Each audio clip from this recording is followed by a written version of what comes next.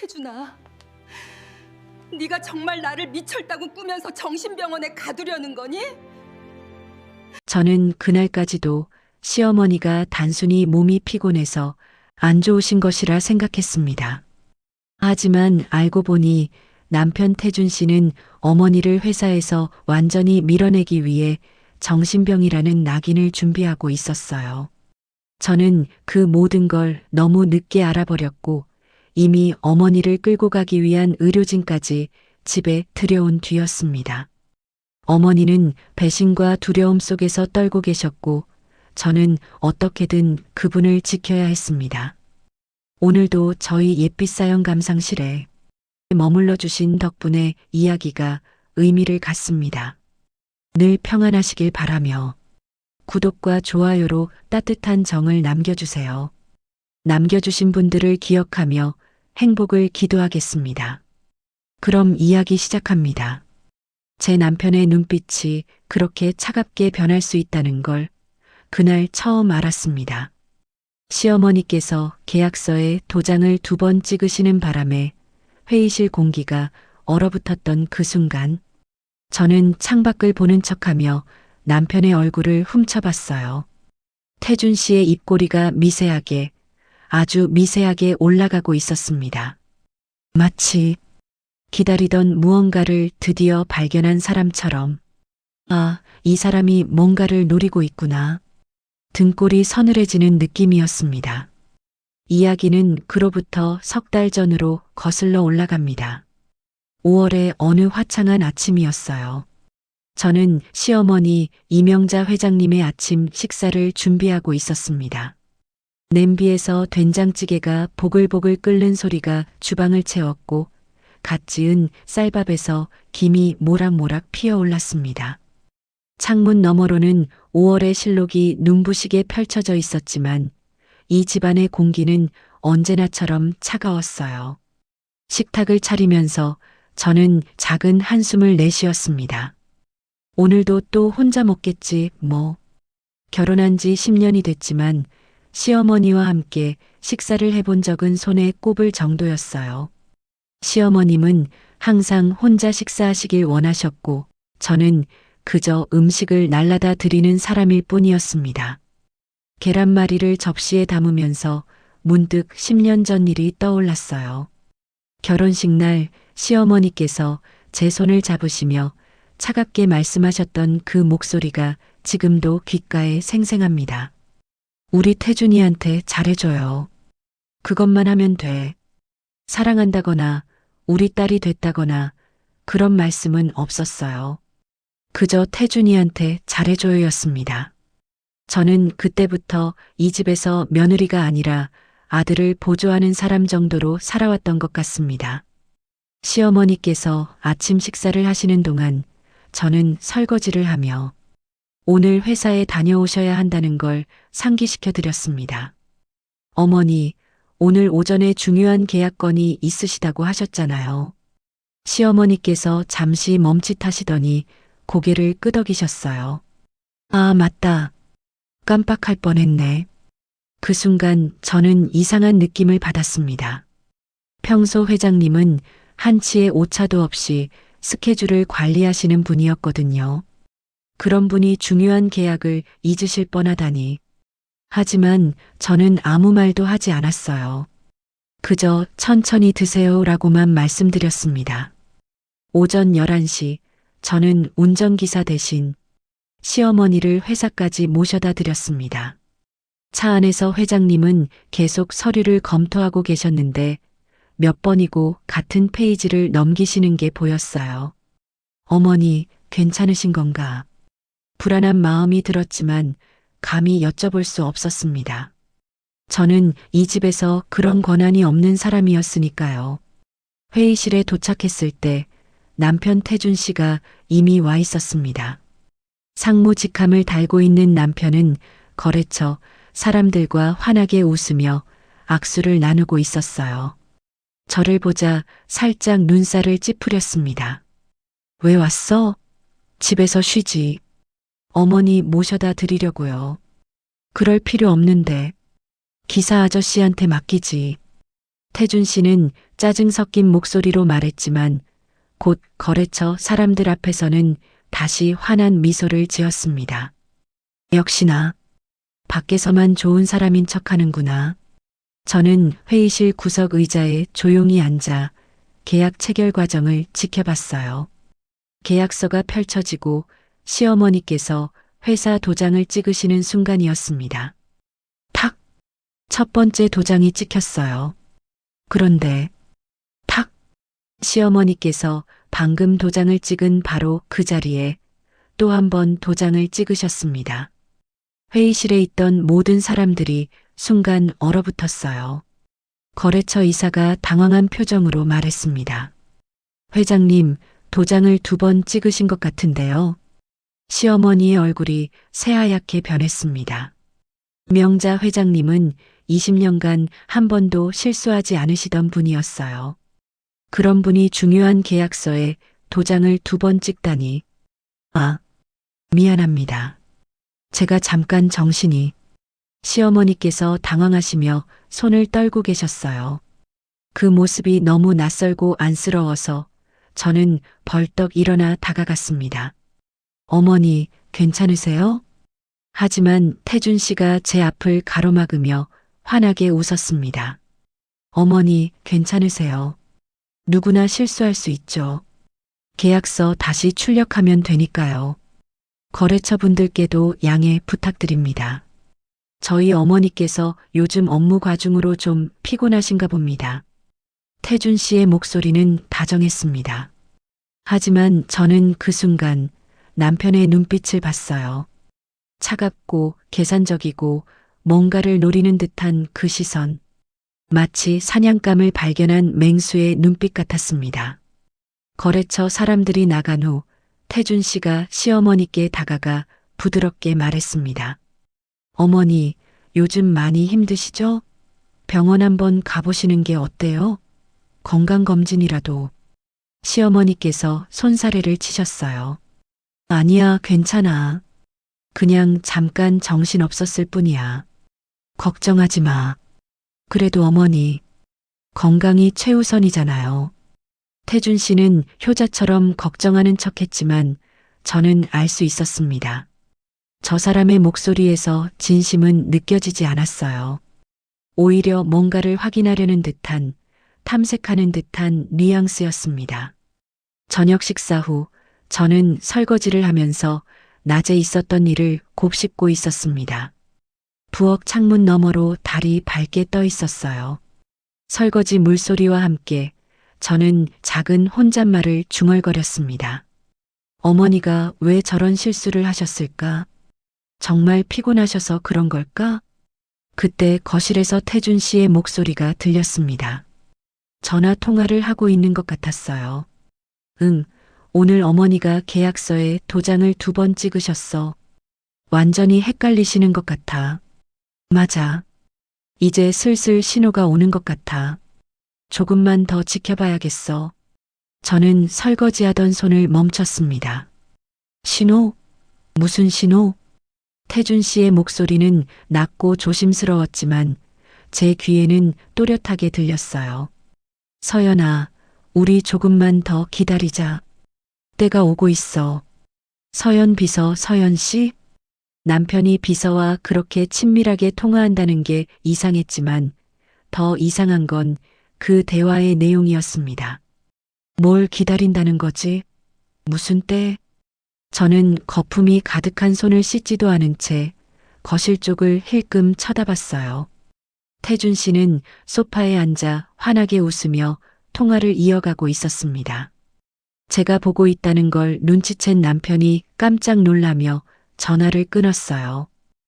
여보. 언제부터 거기 있었어? 방금요. 설거지 하다가. 아, 그래. 회사 일로 통화한 거야. 신경 쓰지 마. 태준 씨는 태연하게 웃으며 휴대폰을 주머니에 넣었습니다. 하지만 저는 알 수 있었어요. 저 사람이 뭔가를 숨기고 있다는 걸. 그날 밤 잠자리에 누워서도 저는 잠들 수 없었습니다. 옆에서 태준 씨는 코를 골며 골아떨어져 있었지만 제 머릿속은 복잡했어요. 시어머니의 실수, 남편의 이상한 전화 통화, 서연이라는 이름, 뭔가 연결되는 것 같으면서도 아직 확실하지 않았습니다. 저는 천장을 바라보며 혼잣말처럼 중얼거렸어요. 태준 씨가 혹시 어머니한테 무슨 짓을 하려는 건 아니겠지? 그 생각이 들자마자 저는 고개를 가로저었습니다. 아니야. 설마. 아무리 그래도 자식인데 어머니한테 나쁜 짓을 할 리가 없어.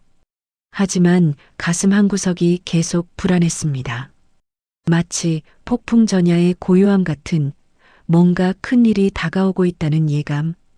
창밖으로 달빛이 희미하게 들어오고 있었어요. 저는 그날 밤 처음으로 남편이 두려워졌습니다. 시어머니의 두 번째 실수가 있었던 건 그로부터 일주일 후였습니다. 저는 그날 아침 일찍 일어나 시어머니의 약을 챙기고 있었어요. 혈압약, 영양제, 소화제. 작은 약통의 하루치를 정리하는 게 제 아침 일과였습니다. 창밖으로는 잔뜩 흐린 하늘이 보였고 곧 비가 올 것 같은 무거운 공기가 집안을 짓눌렀어요. 시어머니께서 식탁에 앉으시며 말씀하셨습니다. 유나야, 오늘 약 챙겼니? 네, 어머니. 여기 있어요. 저는 약통을 건네드리며 물 한 잔도 함께 올려드렸습니다. 명자 회장님은 약을 드시면서 멍하니 창밖을 바라보고 계셨어요. 뭔가 생각에 잠기신 것 같았습니다. 어머니, 괜찮으세요? 응? 아, 그래. 괜찮아. 하지만 목소리에 확신이 없었어요. 그때 태준 씨가 양복을 차려입고 거실로 나왔습니다. 넥타이를 매며 환하게 웃었어요. 어머니, 오늘 아침 회의 있으시죠? 제가 같이 가겠습니다. 아니야, 괜찮아. 혼자 갈 수 있어. 어머니, 요즘 컨디션이 안 좋으신 것 같은데 제가 모시고 가는 게 낫죠. 태준 씨의 목소리는 다정했지만 저는 그 속에 숨어 있는 다른 의도를 느낄 수 있었습니다. 왜 자꾸 어머니 컨디션이 안 좋다는 말을 강조하는 거지? 그날 아침 회의에서 세 번째 사건이 터졌습니다. 임원들이 모인 가운데 시어머니께서 분기별 실적 보고를 받고 계셨어요. 저는 회의록 정리를 돕기 위해 구석에 앉아 있었습니다. 재무팀장이 보고했습니다. 회장님, 2분기 매출이 전년 대비 15% 증가했습니다. 시어머니께서 고개를 끄덕이시며 말씀하셨어요. 좋아. 그럼 다음 분기 목표는? 그 순간 명자 회장님이 말을 멈추셨습니다. 잠시 멍하니 서류를 내려다보시더니 이마에 손을 얹으셨어요. 죄송합니다. 다음 분기 목표가 얼마였지? 회의실에 어색한 침묵이 흘렀습니다. 재무팀장이 조심스럽게 대답했어요. 회장님께서 지난주에 20% 증가로 설정하셨습니다. 아, 맞다. 20%. 미안해요. 잠깐 잊어버렸네. 시어머니의 목소리가 떨리고 있었어요. 저는 가슴이 철렁 내려앉았습니다. 명자 회장님은 숫자에 귀신 같으신 분이었거든요. 그런 분이 본인이 설정한 목표를 잊으시다니. 태준 씨가 부드럽게 끼어들었습니다. 어머니, 괜찮으세요? 요즘 너무 무리하시는 거 아니에요? 아니야, 괜찮아. 계속해. 하지만 회의 내내 시어머니는 몇 번이고 같은 질문을 반복하셨습니다. 회의가 끝난 후 임원들이 나가고 저와 태준 씨 그리고 비서 서연만 남았어요. 태준 씨가 시어머니께 다가가 의자를 권하며 말했습니다. 어머니, 솔직히 말씀드려도 될까요? 뭐? 요즘 어머니 상태가 많이 안 좋으신 것 같아요. 병원 한번 가보시는 게 어떨까요? 시어머니의 얼굴이 굳었습니다. 무슨 소리야? 난 멀쩡해. 어머니, 부정하지 마세요. 지난주에도 도장 2번 찍으셨고 오늘도 목표 수치 잊으셨잖아요. 이건 단순한 실수가 아니에요. 태준 씨의 목소리가 점점 높아지고 있었어요. 저는 더 이상 참을 수가 없었습니다. 오빠, 그렇게 말씀하시면 안 돼요. 어머니는 괜찮으세요. 누구나 피곤하면 그럴 수 있잖아요. 태준 씨가 날카롭게 저를 쏘아봤습니다. 당신이 뭘 알아? 당신은 경영에 대해 아무것도 몰라. 가만히 있어. 이건 가족 문제야. 가족 문제라고? 저도 가족인데 왜 제 말은 무시하는 걸까요? 저는 입술을 깨물며 아무 말도 하지 못했습니다. 그날 오후 태준 씨가 시어머니를 모시고 병원에 갔습니다. 저도 따라가려 했지만 태준 씨가 단호하게 막았어요. 당신은 집에 있어. 어머니 모시는 건 내가 할게. 집안일이나 챙겨.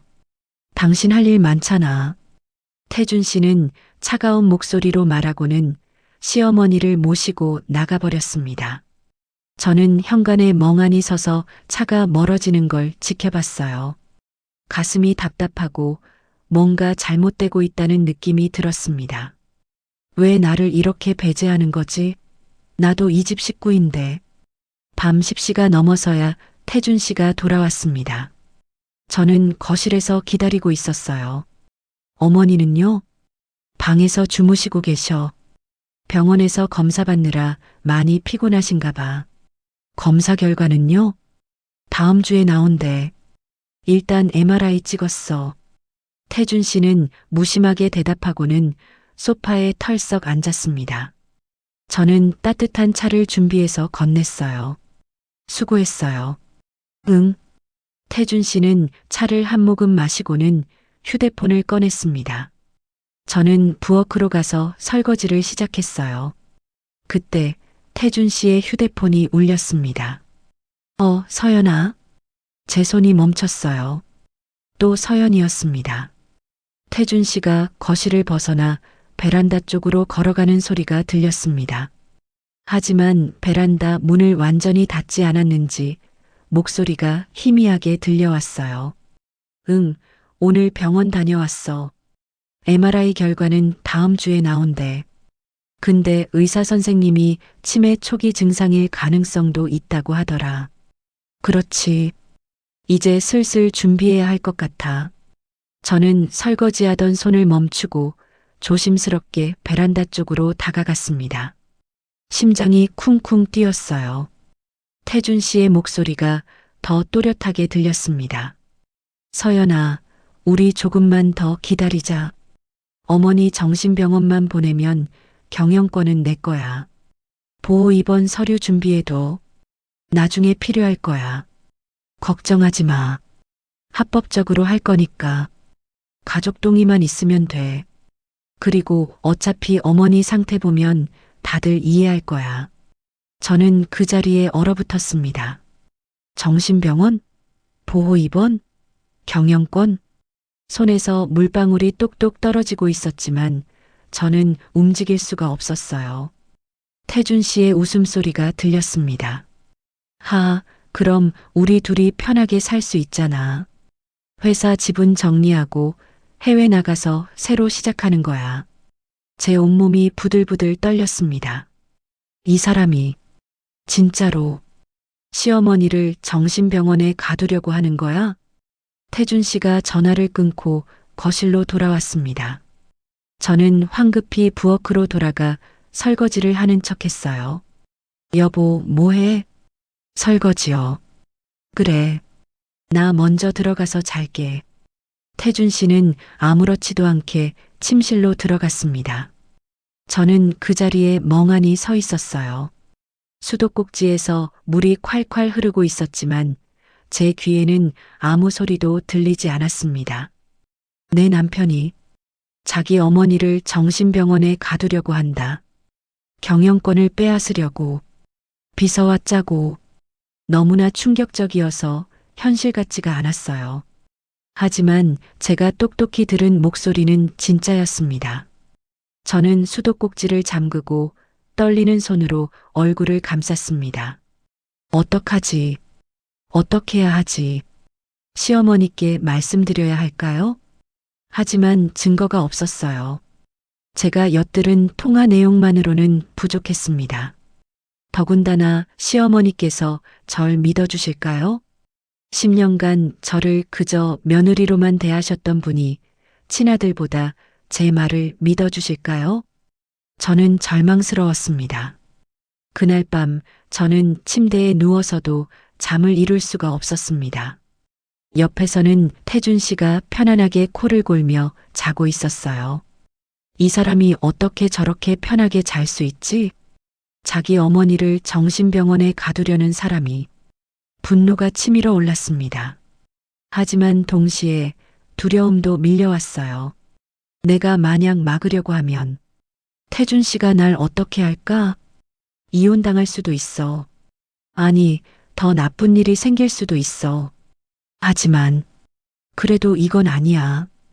이대로 지켜볼 수 없어. 저는 천천히 일어나 침실을 나왔습니다. 거실 창가에 서서 밤하늘을 올려다봤어요. 달은 구름에 가려져 있었고 세상은 어두웠습니다. 하지만 제 마음속에는 작은 불씨가 타오르고 있었어요. 증거를 모아야 해. 태준 씨가 무슨 짓을 꾸미는지 전부 밝혀내야 해. 태준 씨는 모르는 과거 10년 전에 시어머니께 받았던 큰 도움을 떠올리며 저는 두 주먹을 불끈 쥐었습니다. 더 이상 가만히 있을 수 없었어요. 이제부터는 제가 싸워야 했습니다. 비록 저는 아무 권한도 없는 며느리에 불과하지만, 비록 아무도 제 편이 없지만, 저는 시어머니를 지키기로 결심했습니다. 창밖으로 빗방울이 하나둘 떨어지기 시작했어요. 곧 큰 비가 쏟아질 것 같았습니다. 폭풍이 다가오고 있었습니다. 새벽 5시 저는 잠을 설친 채 일어났습니다. 거울을 보니 눈 밑에 다크서클이 진하게 내려앉아 있었어요. 하지만 그럴 겨를이 없었습니다. 증거를 모아야 해. 태준 씨가 무슨 짓을 꾸미는지 전부 밝혀내야 해. 저는 세면을 하고 조용히 거실로 나왔습니다. 태준 씨는 아직 침실에서 자고 있었고 시어머니도 방에 계셨어요. 저는 태준 씨의 서재로 슬금슬금 들어갔습니다. 심장이 터질 듯이 뛰었어요. 만약 들키면 어떡하지? 서재 책상 위에는 서류들이 어지럽게 쌓여 있었습니다. 저는 조심스럽게 서류를 넘겨보기 시작했어요. 회사 관련 서류, 계약서, 그리고 이건 한 장의 메모가 눈에 띄었습니다. 태준 씨의 필체로 휘갈겨 쓴 글씨였어요. 보호 입원 조건 확인 정신과 전문의 2인 소견서, 필요 가족 동의서. 제 손이 부들부들 떨렸습니다. 진짜였어. 진짜로 어머니를 정신병원에 보내려고 하는 거야. 저는 급히 휴대폰을 꺼내 그 메모를 사진으로 찍었습니다. 찰칵. 그 순간 복도에서 발소리가 들렸어요. 저는 황급히 서류를 제자리에 놓고 서재를 빠져나왔습니다. 태준 씨가 침실에서 나오며 하품을 하고 있었어요. 여보, 벌써 일어났어? 몇 시인데? 아, 네. 일찍 일어나서 어머니 아침 준비하려고요. 그래, 수고해. 태준 씨는 아무렇지도 않게 화장실로 들어갔습니다. 저는 가슴을 쓸어내리며 부엌으로 향했어요. 아슬아슬했어. 점심시간 저는 남편 몰래 회사로 향했습니다. 시어머니께 도시락을 드린다는 핑계였지만 진짜 목적은 따로 있었어요. 회사 로비에 도착하자 비서 서연이 보였습니다. 키가 크고 날씬한 몸매에 화려한 메이크업을 한 여자. 그녀는 고급 핸드백을 들고 엘리베이터로 향하고 있었어요. 저는 멀찍이 떨어져서 그녀를 지켜봤습니다. 서연이 엘리베이터를 타고 올라가는 것을 확인한 후 저도 다음 엘리베이터를 탔어요. 20층, 임원 전용층, 서연이 내린 층이었습니다. 저는 조심스럽게 복도를 걸었어요. 20층은 임원들의 사무실이 있는 곳이었고 일반 직원들은 잘 오지 않는 곳이었습니다. 복도 끝 태준 씨의 상무실 앞에서 서연의 목소리가 들렸어요. 저는 복도 모퉁이에 숨어서 귀를 기울였습니다. 상무님, 병원 소견서는 어떻게 하실 거예요? 걱정 마. 내가 아는 정신과 의사 있어. 돈 좀 쥐어주면 소견서 써줄 거야. 그럼 보호 입원 서류도 문제 없겠네요? 당연하지. 가족 동의는 내가 할 거고. 어차피 어머니 상태 보면 다들 이해할 거야. 저는 주먹을 불끈 쥐었습니다. 돈으로 의사를 매수한다고? 이렇게까지 치밀하게 준비하고 있었어? 서연의 웃음소리가 들렸습니다. 상무님은 정말 대단하세요. 역시 제가 선택한 남자답네요. 하, 그래. 조금만 기다려. 곧 우리 시대가 올 거야. 저는 더 이상 듣고 있을 수가 없었어요. 조용히 복도를 빠져나와 비상계단으로 향했습니다. 계단에 주저앉은 저는 눈물이 핑 돌았어요. 내 남편이 저런 사람이었어. 10년을 함께 살았는데 난 이 사람을 전혀 몰랐구나. 계단에 앉아있던 저는 그때 그 10년 전 일이 떠올랐습니다. 25살이던 그의 겨울. 친정엄마가 갑작스럽게 쓰러지시곤 병원에서 암이 발견되었어요. 아버지는 20살 때 돌아가셨고 친정엄마와 저 둘뿐이라 저는 갑작스런 큰 병원비로 걱정에 절망했었습니다. 수술비만 9천만 원. 제 힘으로는 도저히 그 수술비를 마련할 수가 없었어요. 의사 선생님이 안타까운 표정으로 말했었죠. 환자분, 수술비 마련이 안 되면 수술이 어렵습니다. 선생님, 제발요. 제 엄마를 살려주세요. 저는 의사 선생님 앞에서 울먹였습니다. 그때 어머니가 달려오셨어요. 막 결혼한 지 얼마 안 된 시어머니. 이명자 회장님이셨습니다. 수술 바로 해주세요. 비용은 제가 부담하겠습니다. 시어머니의 단호한 목소리. 그날 제 친정 엄마는 수술을 받았고 살아나셨습니다. 하지만 그 뒤로 시어머니는 제게 차갑게 대하셨어요. 마치 그날의 따뜻함은 없었던 것처럼. 왜 그러셨을까? 분명 내 친정 엄마를 살려주셨는데 왜 그 후로는 저를 냉대하신 걸까? 저는 그 이유를 알 수 없었습니다. 하지만 한 가지는 확실했어요. 시어머니는 제 엄마를 살려주신 은인이었습니다. 그분이 우리 엄마를 살려주셨어. 이제 제가 그분을 지킬 차례야. 저는 집으로 돌아와 수납장을 뒤지기 시작했습니다. 분명 어디 있었는데 한참을 찾던 끝에 예전에 회의 녹음을 위해 잠시 사용하던 녹음기를 발견했어요. 녹음기를 꺼내 먼지를 닦았어요. 건전지를 넣고 녹음 버튼을 눌러봤습니다. 빨간 불이 들어오며 작동했어요. 이걸로 태준 씨와 서연의 대화를 녹음해야 해.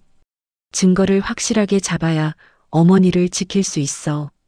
저는 녹음기를 가방 깊숙이 넣었습니다. 그때 현관문이 열리는 소리가 들렸어요. 태준 씨가 퇴근한 것이었습니다. 여보, 나왔어. 어서 와요. 저녁 준비할게요. 저는 평소처럼 아무렇지도 않게 대답했습니다.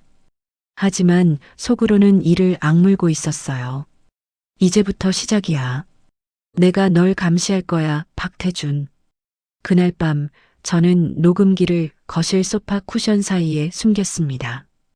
태준 씨가 자주 전화를 받는 곳이 거실 소파였거든요. 밤 10시쯤 예상대로 태준 씨의 휴대폰이 울렸어요. 서연아. 저는 부엌에서 설거지를 하는 척하며 귀를 기울였습니다. 태준 씨가 소파에 앉으며 통화를 시작했어요. 응, 의사 선생님이랑 약속 잡았어. 다음 주 화요일. 맞아. 소견서 2장 받으면 끝이야. 그럼 보호 입원 서류 바로 넣을 수 있어. 걱정하지 마. 합법적으로 하는 거니까. 어머니 건강 상태 나빠서 가족이 결정한 거라고 하면 아무도 뭐라 안 해. 제 손이 떨렸습니다. 녹음되고 있겠지? 제발. 태준 씨가 통화를 끝내고 화장실로 갔어요. 저는 황급히 거실로 가서 녹음기를 꺼냈습니다. 재생 버튼을 눌렀어요. 쉬익. 태준 씨의 목소리가 또렷하게 들렸습니다. 소견서 2장 받으면 끝이야. 그럼 보호 입원 서류 바로 넣을 수 있어. 성공이었습니다. 저는 녹음기를 꽉 쥐며 작게 중얼거렸어요. 잡았어. 하지만 증거를 모은다고 해서 끝이 아니었습니다. 저는 이 증거를 가지고 누구에게 가야 할까요? 경찰? 하지만 아직 범죄가 일어나지 않았어요. 시어머니? 하지만 회장님이 제 말을 믿어주실까요? 회사 사람들 모두 태준 씨 편일 텐데 저는 혼자였습니다. 완전히 철저하게 혼자. 그날 밤 저는 침대에 누워 천장을 바라봤어요. 옆에서는 태준 씨가 편안하게 자고 있었습니다. 이 사람 옆에서 자는 게 이렇게 무섭고 역겹다니. 저는 그 사람과 최대한 멀리 떨어져 침대 끝에 붙어 누웠어요. 눈물이 주르륵 흘러내렸습니다. 왜 내 인생이 이렇게 된 걸까? 결혼해서 행복할 줄 알았는데, 이제는 남편에게 내연녀가 생겼고, 시어머니도 날 안 믿어주시는 것 같고, 나는 왜 이렇게 외로운 걸까? 하지만 저는 눈물을 닦으며 다짐했습니다. 그래도 포기하면 안 돼. 시어머니가 10년 전 내 소중한 사람을 포기하지 않으셨잖아. 이제 내가 그분을 포기하지 않을 차례야. 다음 날 아침, 저는 시어머니의 아침 식사를 준비했습니다. 명자 회장님이 식탁에 앉으시며 말씀하셨어요. 유나야, 고마워. 항상 수고가 많구나. 저는 깜짝 놀랐습니다. 시어머니께서 제게 고맙다는 말씀을 하신 건 결혼 후 처음이었거든요. 네, 어머니. 당연히 해야 할 일인걸요. 요즘 내가 자꾸 실수를 해서 미안하다. 내가 힘들지? 아니에요, 어머니. 전혀 힘들지 않아요. 시어머니의 눈가에 피곤함이 역력했습니다. 저는 그 순간 결심을 굳혔어요. 이분을 절대 정신병원에 보내지 않을 거야. 내가 지킬 거야. 끝까지. 시어머니께서 저를 보며 작게 미소 지으셨어요. 유나야, 내가 있어서 다행이다. 그 한마디에 제 눈시울이 뜨거워졌습니다. 어머니, 비록 지금은 저를 완전히 믿어주시지 않지만 언젠가는 제 진심이 닿을 거라고 믿었습니다. 저는 조용히 고개를 숙이며 대답했어요. 저야말로 어머니가 계셔서 다행이에요. 창밖으로 아침 햇살이 비치고 있었습니다. 폭풍 전에 잠깐의 평화였어요. 저는 이제 더 이상 눈물을 흘리지 않기로 했습니다. 대신 강해지기로. 시어머니를 지킬 수 있을 만큼. 그날 오후 저는 혼자 거실에 앉아 녹음기를 손에 쥐고 있었습니다. 창밖으로는 새들이 지저귀고 봄바람이 살랑거렸어요. 하지만 제 마음은 폭풍우가 몰아치고 있었습니다. 저는 작게 중얼거렸어요. 한유나, 넌 할 수 있어. 부모님도 없고 의지할 사람도 없지만 포기하지 마. 시어머니가 10년 전 널 포기하지 않으셨듯이 이제 내가 그분을 지킬 차례야. 녹음기에 빨간 불빛이 깜빡이고 있었습니다. 마치 제 결심을 응원하는 것처럼 저는 두 주먹을 불끈 쥐었어요. 다음 주 화요일, 태준 씨가 의사를 만나는 날, 그날 나도 따라갈 거야. 모든 증거를 모을 거야. 그리고 반드시 어머니를 지킬 거야. 창밖에 햇살이 따스했지만 제 앞길은 아직 캄캄했습니다. 하지만 저는 걸어가기로 했어요. 혼자서라도. 저는 점심시간을 틈타 회사 지하 자료실에 내려갔습니다. 시어머니께 서류를 찾아드린다는 핑계였지만 진짜 목적은 따로 있었어요. 태준 씨의 회계 기록을 확인해야 해. 자료실은 오래된 서류들이 빼곡히 쌓인 먼지 냄새 나는 공간이었습니다. 형광등이 깜빡거리며 으스스한 분위기를 만들었어요. 저는 재무팀 2019만 2024라고 적힌 캐비닛을 열었습니다. 두툼한 파일들이 빽빽하게 들어차 있었어요. 어디부터 봐야 하지? 막막했습니다. 저는 회계 전문가도 아니고 그저 평범한 며느리일 뿐이었으니까요. 하지만 포기할 수 없었어요. 저는 최근 3년치 결산 자료를 꺼내 하나씩 펼쳐보기 시작했습니다. 숫자들이 빼곡하게 적힌 페이지들. 처음에는 아무것도 이해할 수 없었어요. 하지만 한 장 한 장 넘기다 보니 이상한 점이 눈에 들어오기 시작했습니다. 이 항목은 뭐지? 기타 운영비 매월 500만 원. 매달 정확히 500만 원씩 3년간 빠져나간 돈. 용도는 기타 운영비라고만 적혀 있고 구체적인 내역은 없었어요. 이상해. 회사 회계에서 이렇게 애매한 항목이 있을 리가 없는데. 저는 휴대폰으로 그 페이지를 사진 찍었습니다. 찰칵. 그때였습니다. 사모님? 깜짝 놀라 뒤를 돌아보니 50대 후반의 신사가 서 있었어요. 단정한 양복에 두툼한 안경을 낀 남자. 김상무였습니다. 김상무는 시어머니와 20년을 함께 일해온 회사의 고참 임원이었습니다. 명자 회장님이 남편을 잃고 홀로 회사를 일으킬 때부터 함께했던 분이에요. 김상무님, 안녕하세요. 저는 당황해서 서류를 황급히 덮으려 했어요. 하지만 김상무가 손을 들어 제지했습니다. 괜찮습니다. 사모님께서 무엇을 찾고 계신지 알 것 같습니다. 네. 김상무가 주변을 둘러보더니 자료실 문을 닫고 조심스럽게 다가왔어요. 사모님, 솔직히 말씀드려도 될까요? 네, 말씀하세요. 김상무가 안경을 고쳤으며 진지한 표정으로 말했습니다. 태준 상무님이 요즘 이상합니다. 제 심장이 쿵쾅거렸어요. 무슨 말씀이신지 사모님도 느끼셨을 겁니다. 제가 20년간 이 회사에서 일했는데 태준 상무님의 최근 행동이 심상치 않아요. 김상무가 주머니에서 USB 하나를 꺼냈습니다. 이게 뭔가요? 태준 상무님의 계좌 거래 내역입니다. 제가 몰래 복사해뒀습니다. 저는 그 USB를 받아들며 떨리는 목소리로 물었어요. 왜 이걸 저한테 주시는 건가요? 김상무가 한숨을 쉬며 대답했습니다. 저는 회장님께 믿으며 지금까지 왔습니다. 20년간 그분과 함께 이 회사를 키워왔어요. 그런데 요즘 태준 상무님이 회사 자금을 빼돌리고 있는 것 같습니다. 정확한 증거는 없지만 제 경험으로는 분명 비자금을 조성하고 있어요. 그것도 상당한 금액을. 저는 김상무를 빤히 바라봤습니다. 이 사람을 믿어도 될까?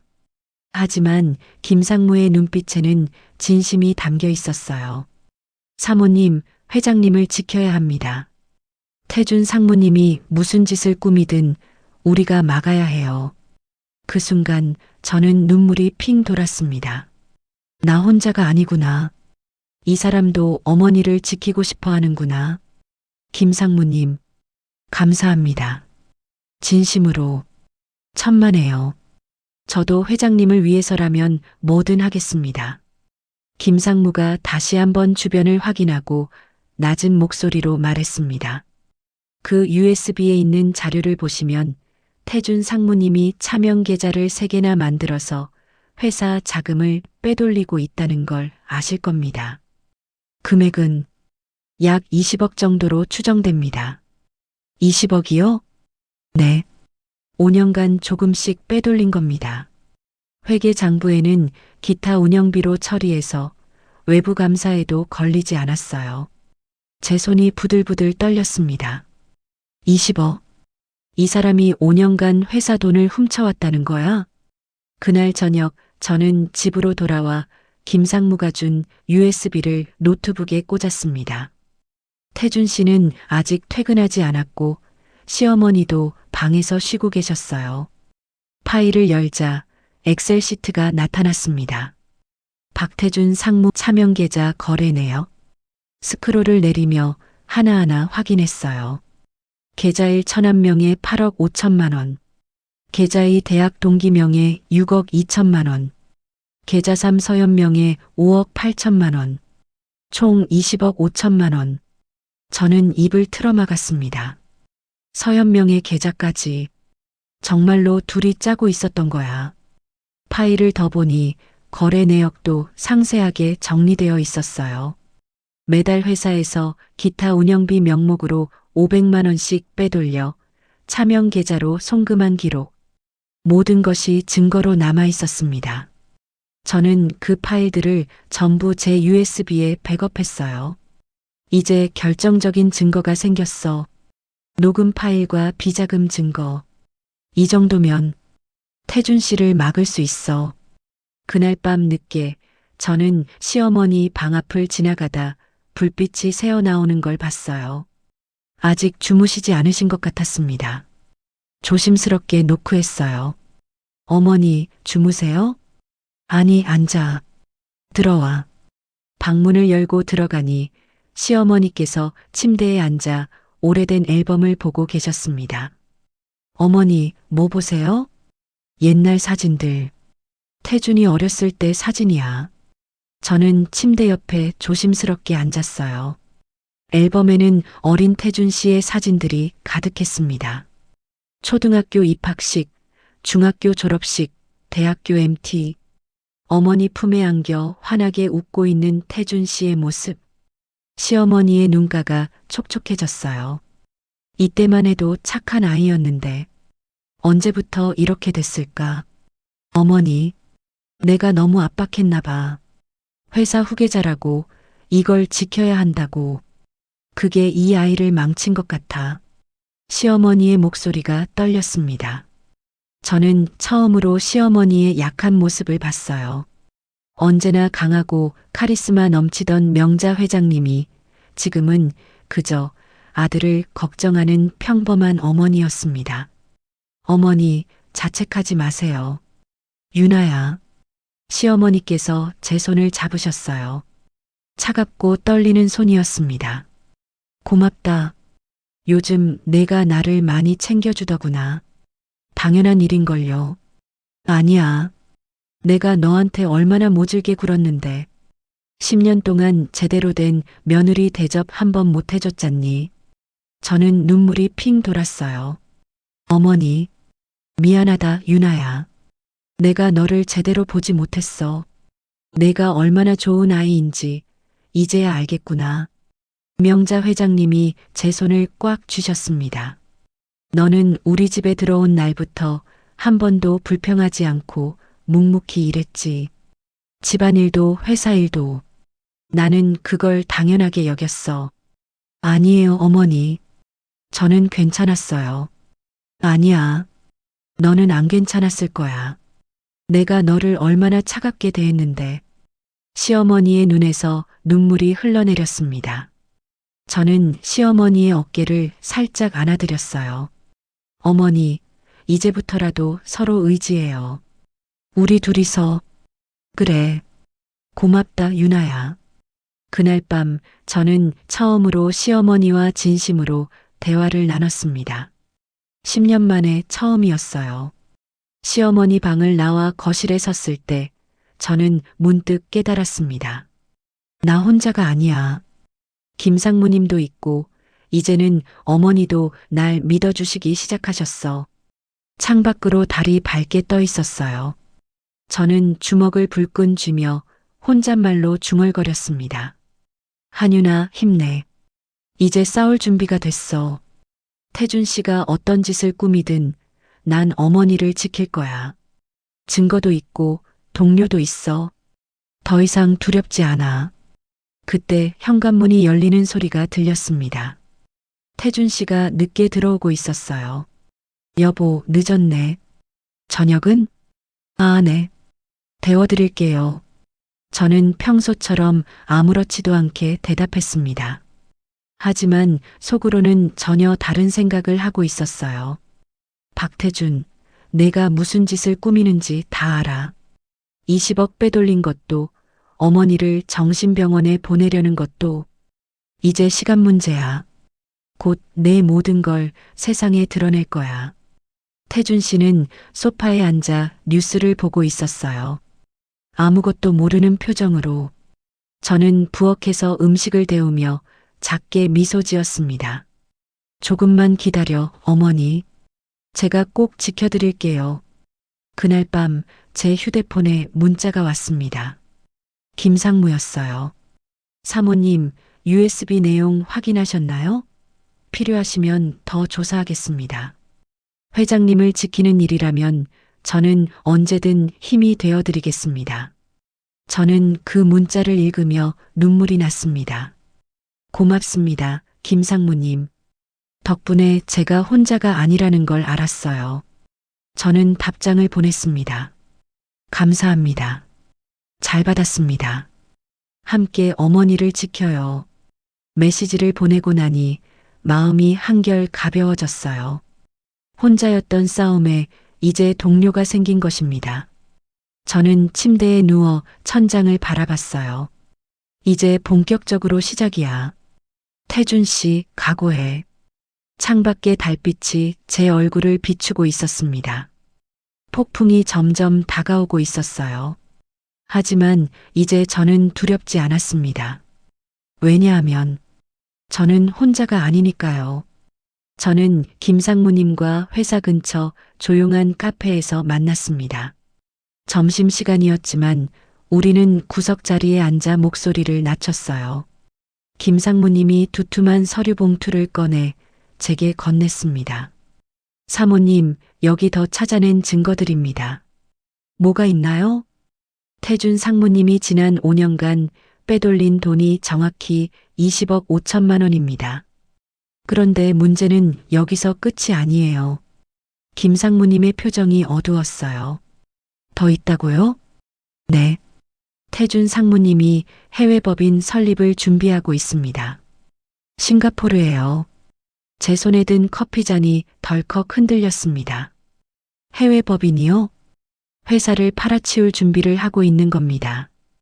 회장님이 정신병원에 계시는 동안 경영권을 장악해서 회사를 외국 자본에 넘기려는 거예요.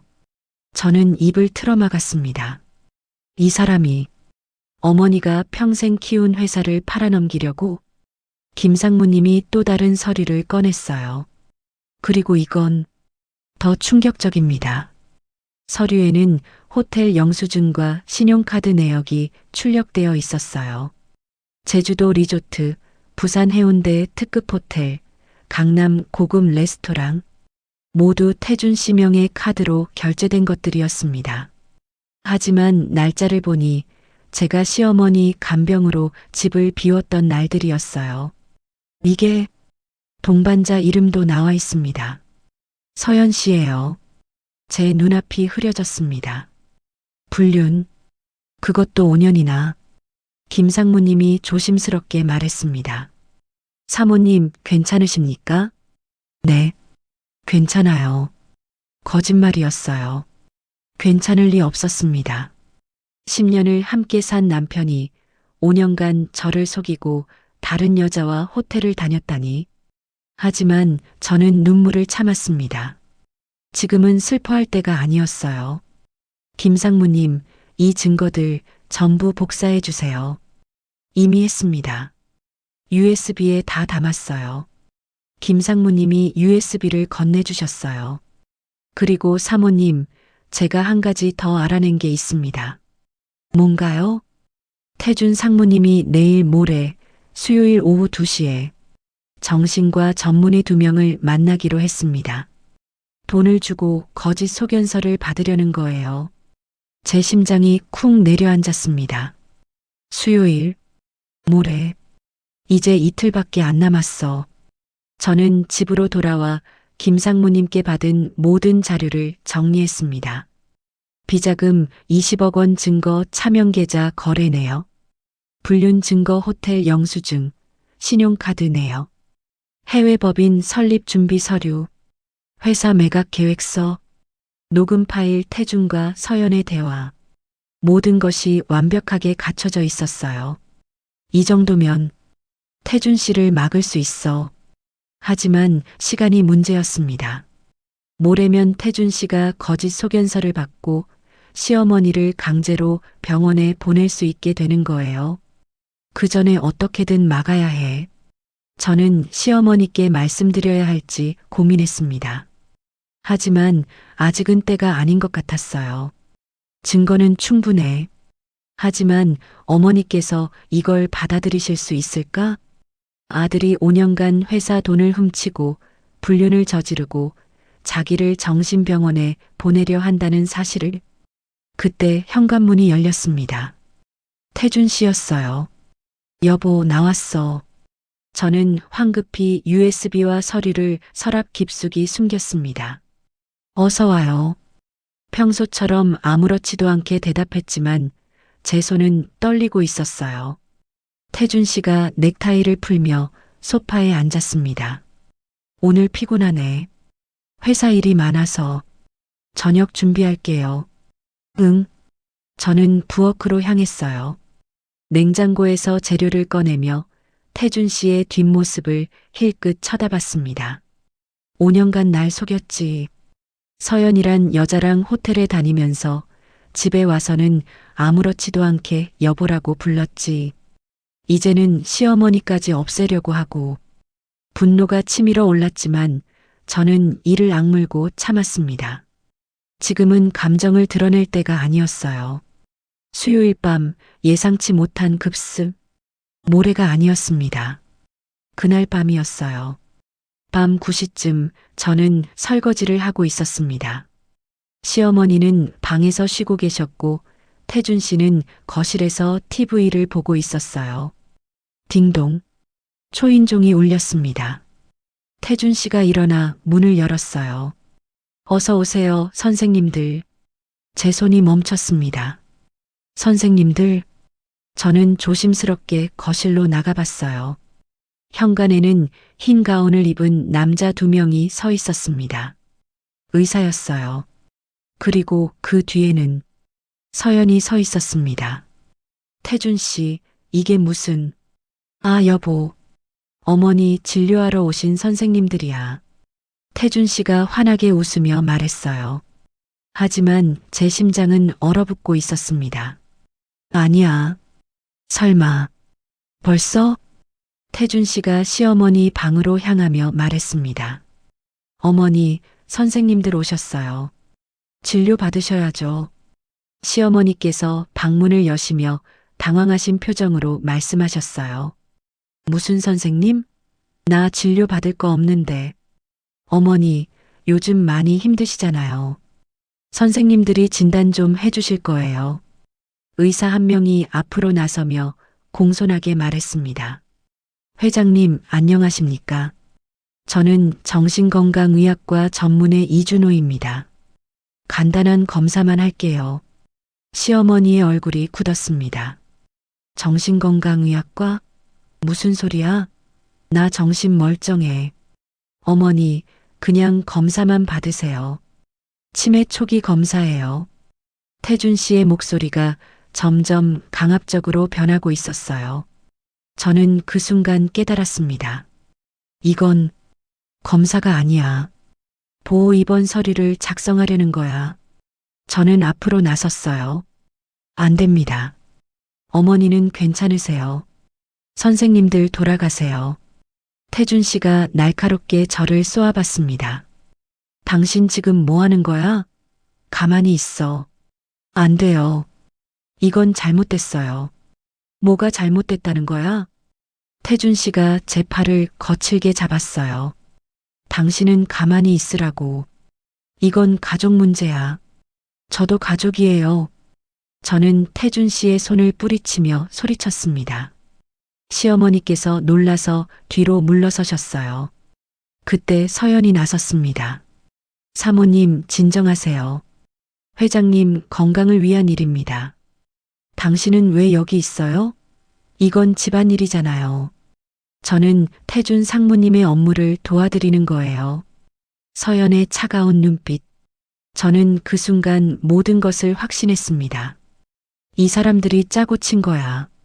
오늘 밤 어머니를 강제로 데려가려는 거야. 의사 중 한 명이 서류를 꺼내며 말했습니다. 회장님, 간단한 문진만 할게요. 오늘이 며칠인지 아십니까? 시어머니께서 화가 나신 목소리로 대답하셨어요. 수요일이야. 11월 13일. 좋습니다. 그럼 지금 계신 곳이 어디죠? 내 집이야. 무슨 바보 같은 질문을 하는 거야? 의사가 체크리스트에 뭔가를 적었어요. 회장님, 최근에 기억력 감퇴나 판단력 저하를 경험하신 적 있으십니까? 없어. 가족분 말씀으로는 최근 중요한 회의에서 여러 번 실수를 하셨다던데요. 시어머니의 얼굴이 창백해졌습니다. 그건 피곤해서 그랬을 뿐이야. 이해합니다.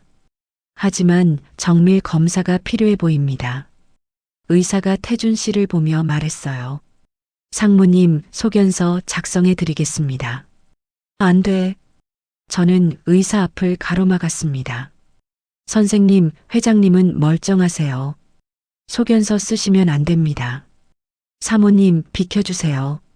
이건 전문의의 판단입니다. 돈 받고 거짓 소견서 쓰시는 거잖아요. 그 순간 거실이 조용해졌습니다. 태준 씨의 얼굴이 일그러졌어요. 지금 뭐라고 했어? 저 알아요. 당신이 의사들한테 돈 주고 거짓 소견서 받으려는 거. 시어머니께서 놀라서 저를 보셨어요. 유나야, 무슨 소리야? 저는 주머니에서 휴대폰을 꺼내 녹음 파일을 재생했습니다. 스피커에서 태준 씨의 목소리가 흘러나왔어요. 돈 좀 쥐어주면 소견서 써줄 거야. 보호 입원 서류도 문제 없겠네요? 당연하지. 어머니 정신병원만 보내면 경영권은 내 거야. 거실이 정적에 휩싸였습니다. 시어머니의 입이 떡 벌어졌어요. 태준아, 이게 정말 내 목소리니? 태준 씨는 당황해서 변명했습니다. 어머니, 아니에요. 이건 조작이에요. 저 여자가 조작 아니에요. 저는 더 많은 증거를 꺼냈어요. 김상무님께 받은 비자금 서류, 호텔 영수증, 불륜 증거, 모든 것을 바닥에 쏟아냈습니다. 5년간 20억 빼돌린 것도, 서연이랑 호텔 다닌 것도, 회사 팔아넘기려던 것도 전부 증거 있어요. 시어머니께서 서류들을 주워 보셨어요. 손이 부들부들 떨리고 계셨습니다. 태준아, 이게 다 사실이야? 태준 씨는 입을 다물고 있었어요. 변명조차 할 수 없었습니다. 시어머니의 눈에서 눈물이 주르륵 흘러내렸어요. 내가 너를 이렇게 키웠니? 어머니, 닥쳐. 내 눈앞에서 썩 꺼져. 명자 회장님이 태준 씨를 향해 서류를 집어던지셨습니다. 종이들이 공중에 흩날렸어요. 의사들과 서연은 황급히 현관으로 빠져나갔습니다. 태준 씨도 비틀거리며 뒤따라 나갔어요. 어머니, 오해예요. 제 말 좀 들어보세요. 쾅! 문이 닫혔습니다. 거실에는 시어머니와 저 둘만 남았습니다. 시어머니께서 소파에 주저앉으시며 울기 시작하셨어요. 내 아들이 날 이렇게 배신할 줄은. 저는 시어머니 옆에 앉아 어깨를 감싸 안았습니다. 어머니, 울지 마세요. 유나야, 고맙다. 내가 아니었으면 나 오늘 정신병원에 끌려갔겠구나. 제가 지켜드릴게요, 어머니. 시어머니께서 제 손을 꽉 쥐셨어요. 미안하다, 유나야. 내가 10년간 너를 얼마나 모질게 대했는데 그런 너만이 날 지켜주다니. 괜찮아요, 어머니. 이제 우리 함께 싸워요. 창밖으로는 비가 내리기 시작했습니다. 폭풍이 몰아치고 있었어요. 하지만 저희 둘은 서로를 꽉 붙잡고 있었습니다. 이제 진짜 싸움이 시작되는 것이었어요. 증거를 공개하고 태준을 쫓아낸 후 저는 한숨도 잘 수가 없었습니다. 시어머니도 방에서 뒤척이시는 소리가 들렸어요. 밤 11시쯤 거실 창문 너머로 수상한 차 한 대가 집 앞에 멈춰 섰습니다. 블랙 승합차였어요. 제 심장이 쿵쾅거렸습니다. 뭐지? 차에서 검은 옷을 입은 남자 4명이 내렸어요. 덩치가 큰 사람들이었습니다. 그 뒤에서 태준 씨가 내렸습니다. 안 돼. 저는 즉시 시어머니 방으로 뛰어갔어요. 어머니, 어머니, 왜 그래, 유나야? 시어머니께서 침대에서 일어나셨습니다. 태준 씨가 사람들 데리고 왔어요. 지금 당장 나가셔야 해요. 뭐라고? 그 순간 현관문을 두드리는 소리가 요란하게 들렸습니다. 쿵, 쿵, 쿵. 어머니, 문 열어요. 저예요. 태준 씨의 목소리였어요. 하지만 평소와 달리 차갑고 위협적이었습니다. 저는 시어머니께 급히 옷을 챙겨드리며 속삭였어요. 어머니, 뒷문으로 나가요. 빨리요. 유나야, 이게 무슨... 설명은 나중에 드릴게요. 지금은 따라오세요. 현관문을 두드리는 소리가 점점 격렬해졌습니다. 쿵쿵쿵쾅. 어머니, 문 안 열면 부수고 들어갑니다. 저는 시어머니의 손을 잡고 뒷문으로 향했어요. 다행히 우리 집 뒷문은 뒷골목으로 연결되어 있었습니다. 어머니, 조심하세요. 저는 시어머니를 부축하며 뒷골목으로 빠져나왔어요. 빗줄기가 세차게 쏟아지고 있었습니다. 우산도 없었지만 그럴 겨를이 없었어요. 뒷골목을 빠져나와 큰 길로 나왔을 때 저는 택시를 잡으려 손을 들었습니다. 하지만 빗속에서 택시는 쉽게 잡히지 않았어요. 그때 뒤에서 남자들의 목소리가 들렸습니다. 저기다. 저기 회장님이랑 며느리. 안 돼. 저는 시어머니의 손을 꽉 잡고 뛰기 시작했어요. 어머니, 뛰세요. 유나야, 내가 늙어서 빨리 못 뛰어. 시어머니께서 숨을 헐떡이며 말씀하셨지만 저는 포기할 수 없었어요. 이대로 잡히면 끝이야. 어머니를 정신병원에 보내고 나도 무슨 일을 당할지 몰라. 저는 온 힘을 다해 시어머니를 부축하며 골목길로 뛰어들었습니다. 빗물이 얼굴을 때렸고 신발은 진흙투성이가 됐어요. 하지만 멈출 수 없었습니다. 뒤에서 남자들이 따라오는 발소리가 점점 가까워졌어요. 거기서 저는 돌아보지 않았습니다. 골목 끝에 24시간 편의점이 보였어요. 저기, 저는 시어머니를 이끌고 편의점으로 뛰어들었습니다. 저기요. 경찰 불러주세요. 편의점 알바생이 놀라서 저희를 쳐다봤어요. 온몸이 흠뻑 젖고 진흙투성이가 된 두 여자. 무슨 일이세요? 사람들이 저희를 쫓아와요. 빨리 경찰 좀. 그 순간 편의점 유리문 너머로 검은 옷 입은 남자들이 보였습니다. 하지만 그들은 편의점 안으로 들어오지 않았어요. CCTV가 있었기 때문입니다. 남자들은 밖에서 저희를 노려보며 서성거렸습니다. 저는 떨리는 손으로 휴대폰을 꺼내 김상무님께 전화를 걸었어요. 여보세요, 김상무님? 저 지금 큰일 났어요. 30분 후 김상무님이 차를 몰고 편의점 앞에 도착했습니다. 검은 옷 입은 남자들은 이미 사라진 뒤였어요. 사모님, 회장님, 괜찮으십니까? 상무님, 고맙습니다. 저는 눈물이 핑 돌았습니다. 김상무님이 저희를 차에 태우고 어딘가로 향했어요. 어디 가는 겁니까? 시어머니께서 물으셨습니다. 제가 미리 준비해둔 안전가옥입니다. 경기도 외곽이에요. 거기선 아무도 못 찾습니다. 차는 빗속을 가르며 서울을 벗어났어요. 고속도로를 달리는 동안 저는 뒷좌석에서 시어머니의 손을 꽉 잡고 있었습니다. 시어머니께서 창밖을 보시며 중얼거리셨어요. 내가 이렇게까지 도망쳐야 하나? 어머니, 내 친아들한테서 도망치다니. 이게 내 팔자구나. 시어머니의 목소리가 떨렸어요. 저는 시어머니의 어깨를 감싸 안았습니다. 괜찮아요, 어머니. 제가 있잖아요. 제가 꼭 지켜드릴게요. 시어머니께서 제 손을 꽉 쥐셨어요. 고맙다, 유나야. 정말 고맙다. 1시간 반을 달려 우리는 경기도 외곽의 작은 주택에 도착했습니다. 한적한 시골 마을이었어요. 주변에는 집도 별로 없었습니다. 김상무님이 열쇠로 문을 열었어요. 제가 몇 년 전에 구입해둔 집입니다. 등기부등본에도 제 이름이 안 나와 있어요. 완전히 비밀 장소죠. 고맙습니다, 상무님. 저는 시어머니를 부축해 집 안으로 들어갔어요. 소박하지만 깨끗한 집이었습니다. 거실에는 소파와 TV가 있었고 침실도 2개 있었어요. 회장님, 여기서 당분간 쉬세요. 제가 필요한 물품들은 내일 가져다 드리겠습니다. 상무님, 너무 폐를 끼쳐서 죄송합니다. 아닙니다.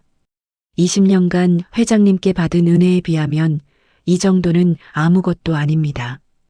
김상무님이 떠나고 집에는 저와 시어머니만 남았어요. 저는 욕실에서 수건을 가져와 시어머니께 드렸습니다.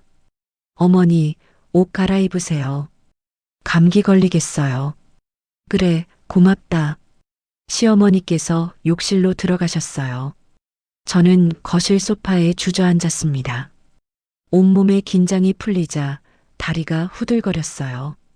이게 진짜로 일어난 일이구나. 내가 시어머니를 데리고 도망쳤어. 남편한테서. 눈물이 주르륵 흘러내렸습니다. 저는 창밖을 바라보며 지난 10년을 떠올렸어요. 결혼할 때만 해도 행복할 줄 알았습니다. 태준 씨는 다정했고 시어머니는 비록 차가우셨지만 언젠가는 마음을 열어주실 거라고 믿었어요. 하지만 현실은 달랐습니다. 10년간 저는 이 집에서 투명인간처럼 살았어요. 시어머니의 냉대, 남편의 무관심. 그래도 참았습니다. 언젠가는 인정받겠지. 언젠가는 사랑받겠지. 하지만 남편은 5년간 저를 속이고 다른 여자와 호텔을 다녔고 시어머니를 정신병원에 보내려 했고 회사까지 팔아넘기려 했어요. 내 인생이 뭐였을까? 10년이 허무하게 느껴진다. 그때 욕실 문이 열렸습니다. 시어머니께서 깨끗한 옷으로 갈아입고 나오셨어요. 머리를 타월로 감싸고 계셨습니다. 유나야, 넌 왜 안 씻어? 아, 네. 씻으려고요. 가서 씻고 와. 감기 걸린다. 저는 욕실로 들어가 뜨거운 물로 샤워를 했어요. 빗물과 진흙이 씻겨 내려갔습니다. 하지만 마음속의 두려움과 슬픔은 씻겨 내려가지 않았어요. 샤워를 마치고 나왔을 때 시어머니께서 주방에서 라면을 끓이고 계셨습니다. 어머니, 제가 할게요. 아니야. 내가 할게. 앉아 있어. 저는 식탁에 앉아 시어머니가 라면을 끓이시는 모습을 지켜봤어요. 20년간 회사를 경영하신 명자 회장님이 지금은 작은 주방에서 라면을 끓이고 계셨습니다. 다 제 잘못이에요. 제가 증거를 더 일찍 모아서 막았어야 했는데 시어머니께서 라면 2그릇을 들고 오셨어요. 먹어. 오늘 저녁도 못 먹었잖니. 감사합니다, 어머니. 저희는 마주 앉아 라면을 먹었습니다. 뜨거운 국물이 목을 타고 넘어갔어요. 침묵이 흘렀습니다. 시어머니께서 먼저 입을 여셨어요. 유나야. 네, 어머니. 미안하다. 저는 고개를 들어 시어머니를 봤어요. 시어머니의 눈에 눈물이 고여 있었습니다. 내가 너를 10년간 얼마나 모질게 대했니? 그런데도 넌 날 지켜줬어. 어머니, 솔직히 처음엔 내가 탐탁지 않았어. 재벌집 딸도 아니고 학벌도 평범하고 내 며느리로는 부족하다고 생각했지. 시어머니의 고백이 이어졌습니다. 그래서 차갑게 대했어. 정주면 안 된다고. 얼른 집안일이나 잘하는 며느리로 길들여야겠다고 생각했지. 제 눈에서도 눈물이 흘러내렸어요. 하지만 지금 생각해보니 넌 이 집에서 가장 따뜻한 사람이었어. 아들보다 나보다. 어머니, 그런 말씀하지 마세요. 내가 10년 전 너의 친정엄마가 쓰러져 병원에 입원했을 때가 기억나니? 저는 고개를 끄덕였어요. 그때 내가 병원비를 냈지. 9천만 원. 네. 사실 그날 내 마음이 움직였어. 이 아이가 우리 집에 와서 얼마나 힘들까 싶었지. 그래서 도와줬어. 시어머니께서 눈물을 닦으셨어요. 하지만 그 뒤로 다시 마음을 닫았어. 정주면 안 된다고 생각했으니까. 그게 내 죄야. 저는 시어머니의 손을 잡았습니다. 어머니, 괜찮아요. 이제 우리 함께 있잖아요. 그래. 이제 우리 둘이구나. 시어머니께서 제 손을 꽉 쥐셨어요. 유나야, 내가 오늘 날 구해줬어. 두 번째야. 10년 전에 내가 널 살렸다면 오늘은 내가 날 살린 거야. 당연한 일을 한 것뿐이에요. 아니야. 당연하지 않아.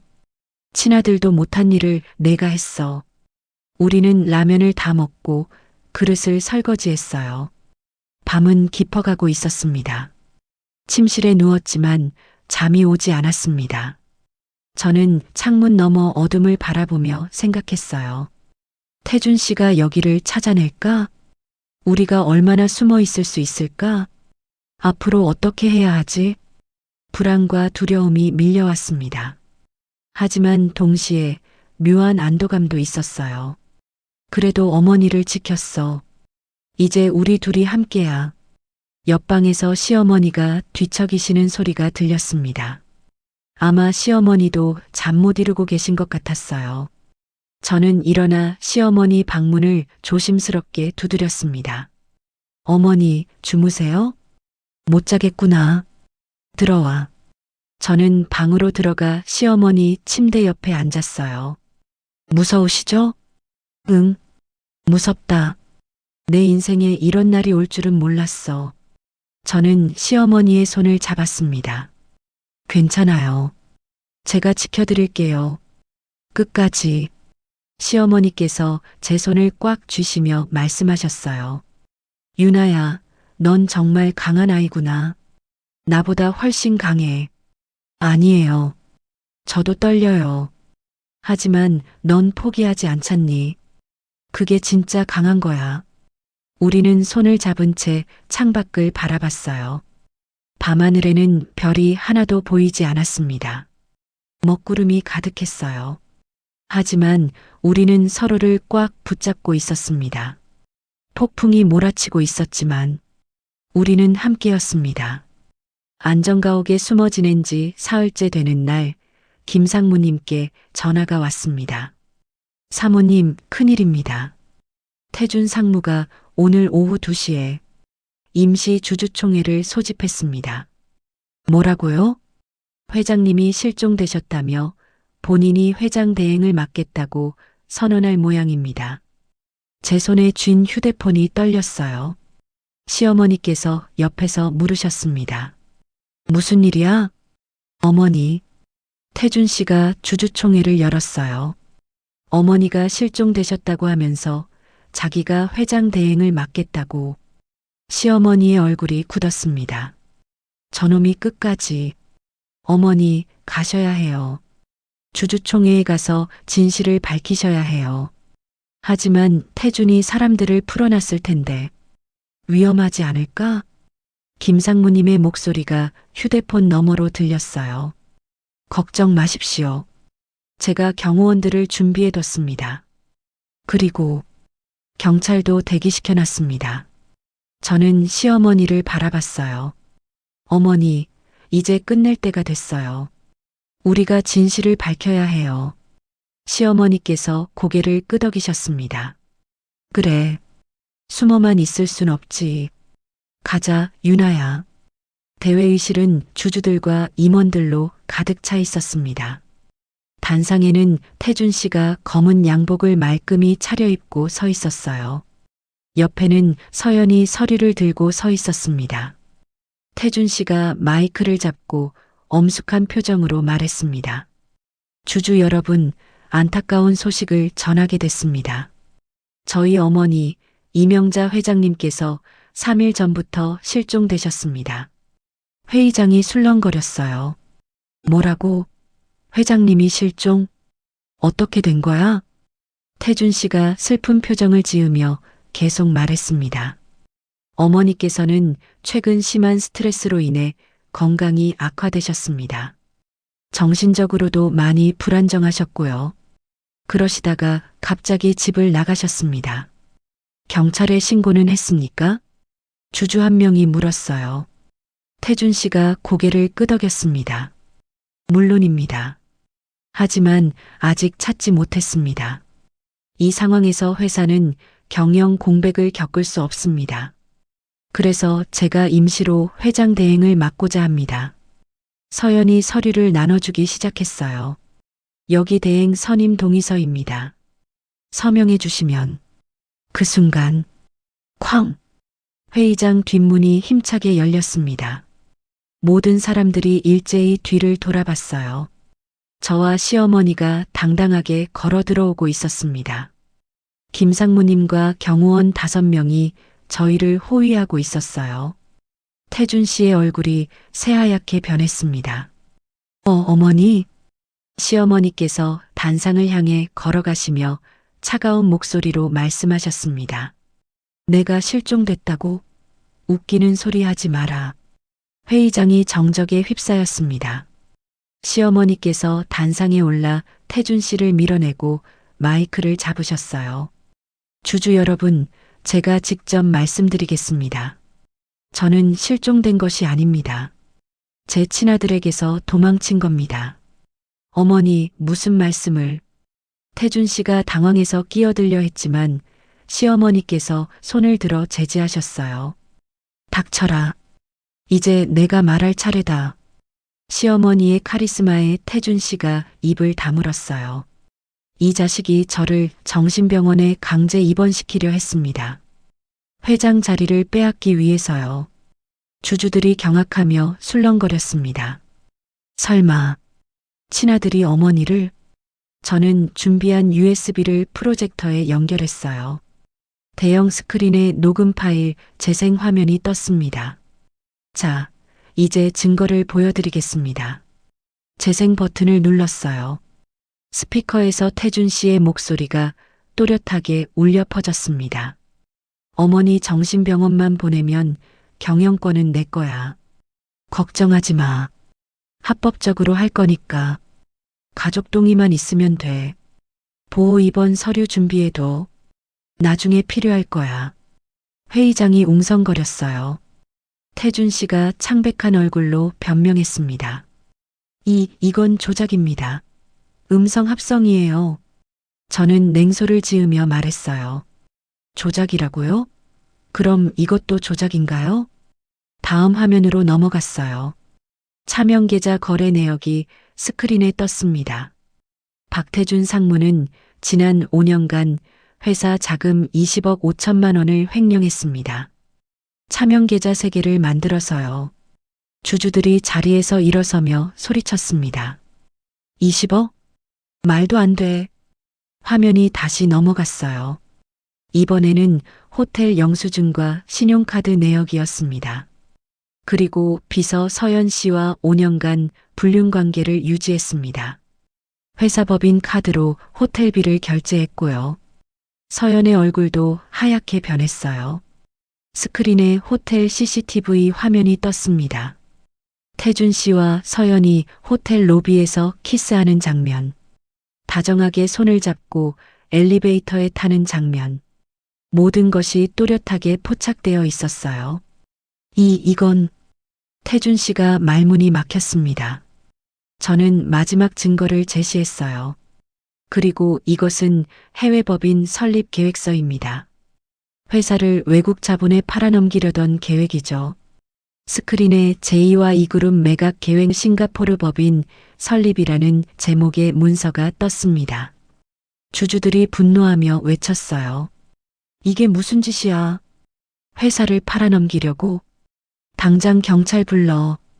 회의장 문이 열리며 경찰들이 들어왔습니다. 형사 한 명이 수갑을 들고 태준 씨에게 다가갔어요. 박태준 씨, 횡령, 배임, 강요 미수 혐의로 긴급 체포합니다. 안 돼. 이건 말도 안 돼. 태준 씨가 뒤로 물러서려 했지만 경찰이 그의 팔을 잡았어요. 차가운 수갑이 태준 씨의 손목에 채워졌습니다. 아버지, 어머니, 이거 오해예요. 제 말 좀 들어보세요. 태준 씨가 울부짖으며 시어머니를 바라봤어요. 하지만 시어머니는 고개를 돌리셨습니다. 난 이제 아들이 없어. 너는 오늘부터 남이다. 어머니, 다른 형사가 서연에게도 다가갔어요. 최서연 씨, 공범 혐의로 체포합니다. 저는 아무것도 모르는데요. 상무님이 시킨 거예요. 서연이 비명을 지르며 태준 씨를 가리켰어요. 당신이 나한테 다 시켰잖아. 나는 피해자라고. 태준 씨가 서연을 노려보며 소리쳤습니다. 내가 먼저 꼬셨잖아. 돈 때문에. 두 사람이 서로를 비난하며 다투는 모습을 보고 주주들이 고개를 절레절레 흔들었어요. 경찰들이 두 사람을 회의장 밖으로 끌어냈습니다. 태준 씨가 끌려가면서 마지막으로 외쳤어요. 어머니, 여보, 유나, 제발 살려줘요. 하지만 아무도 대답하지 않았습니다.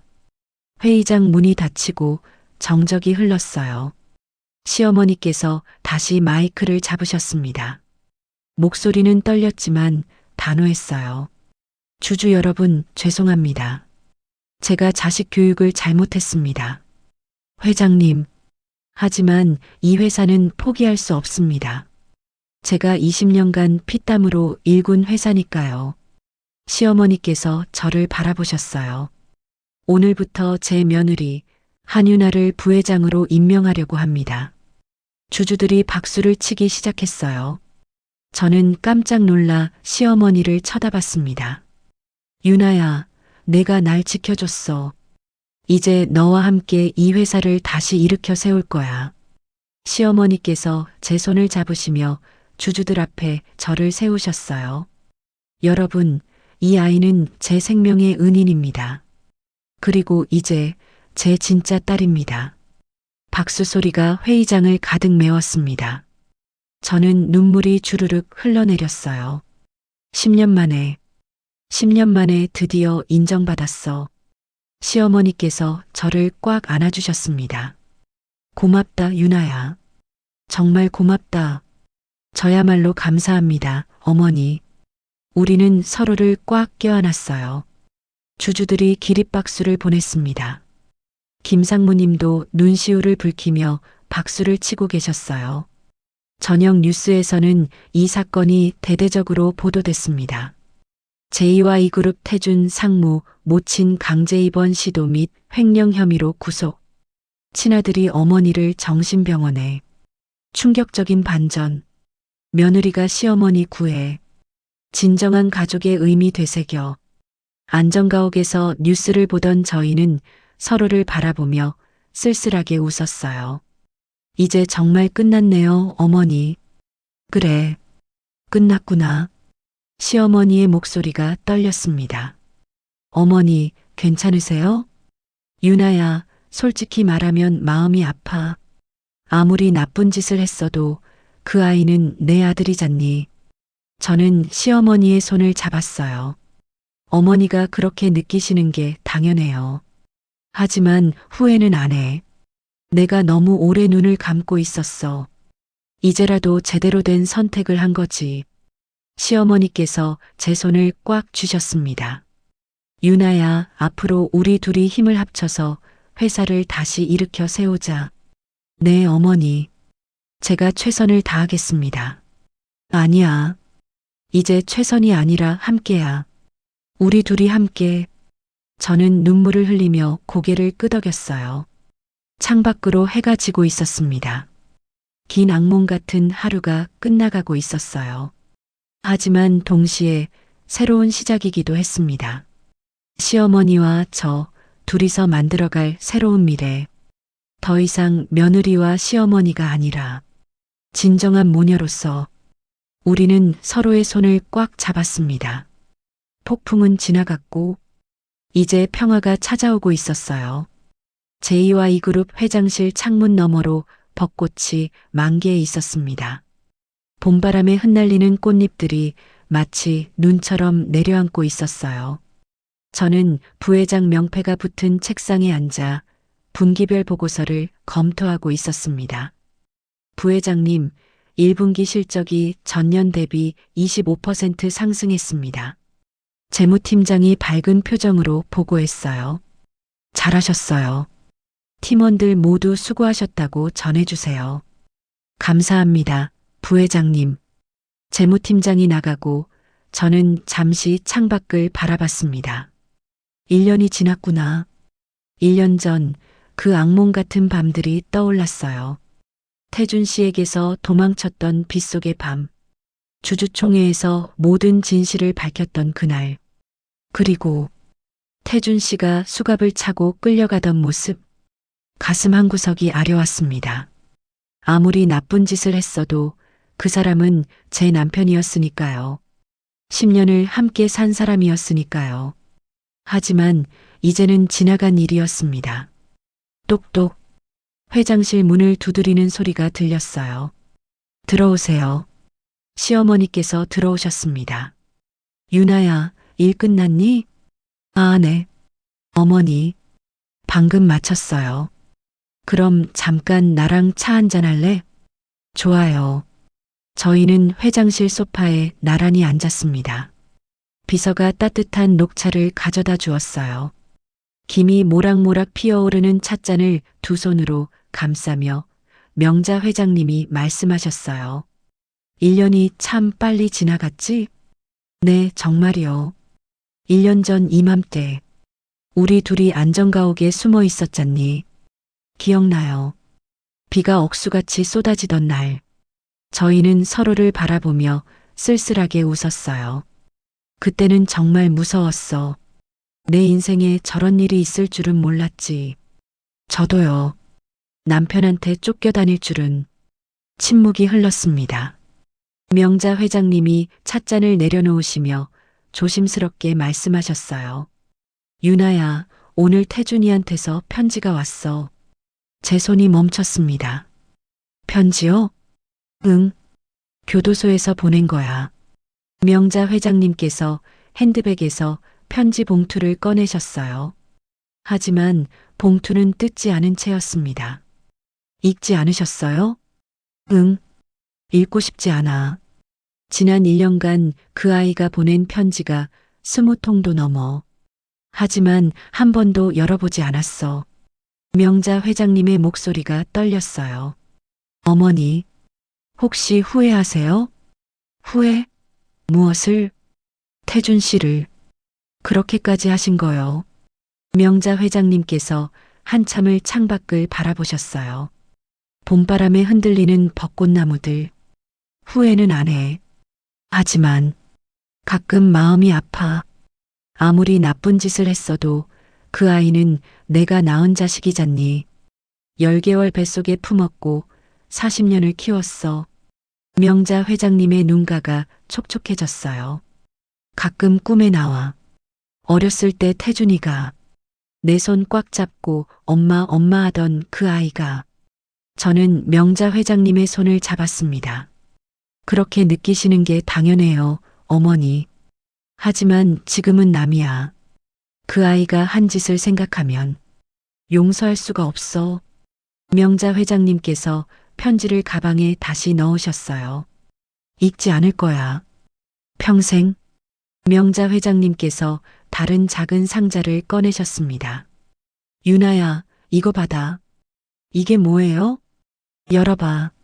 저는 상자를 조심스럽게 열었어요. 안에는 작고 예쁜 목걸이가 들어 있었습니다. 펜던트에는 2개의 작은 하트가 서로 맞물려 있었어요. 어머니, 하나는 나고 하나는 너야.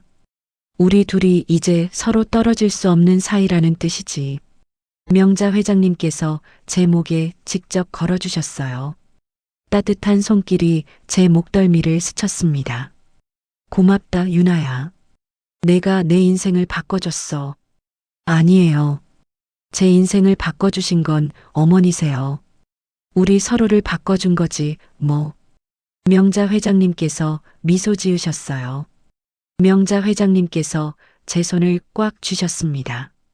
이제 우리는 피는 안 섞였지만 누구보다 가까운 사이야. 내가 너를 딸처럼 여기고 너도 날 엄마처럼 여겨주니까. 네, 어머니. 우리는 서로를 꽉 껴안고 한참을 울었어요.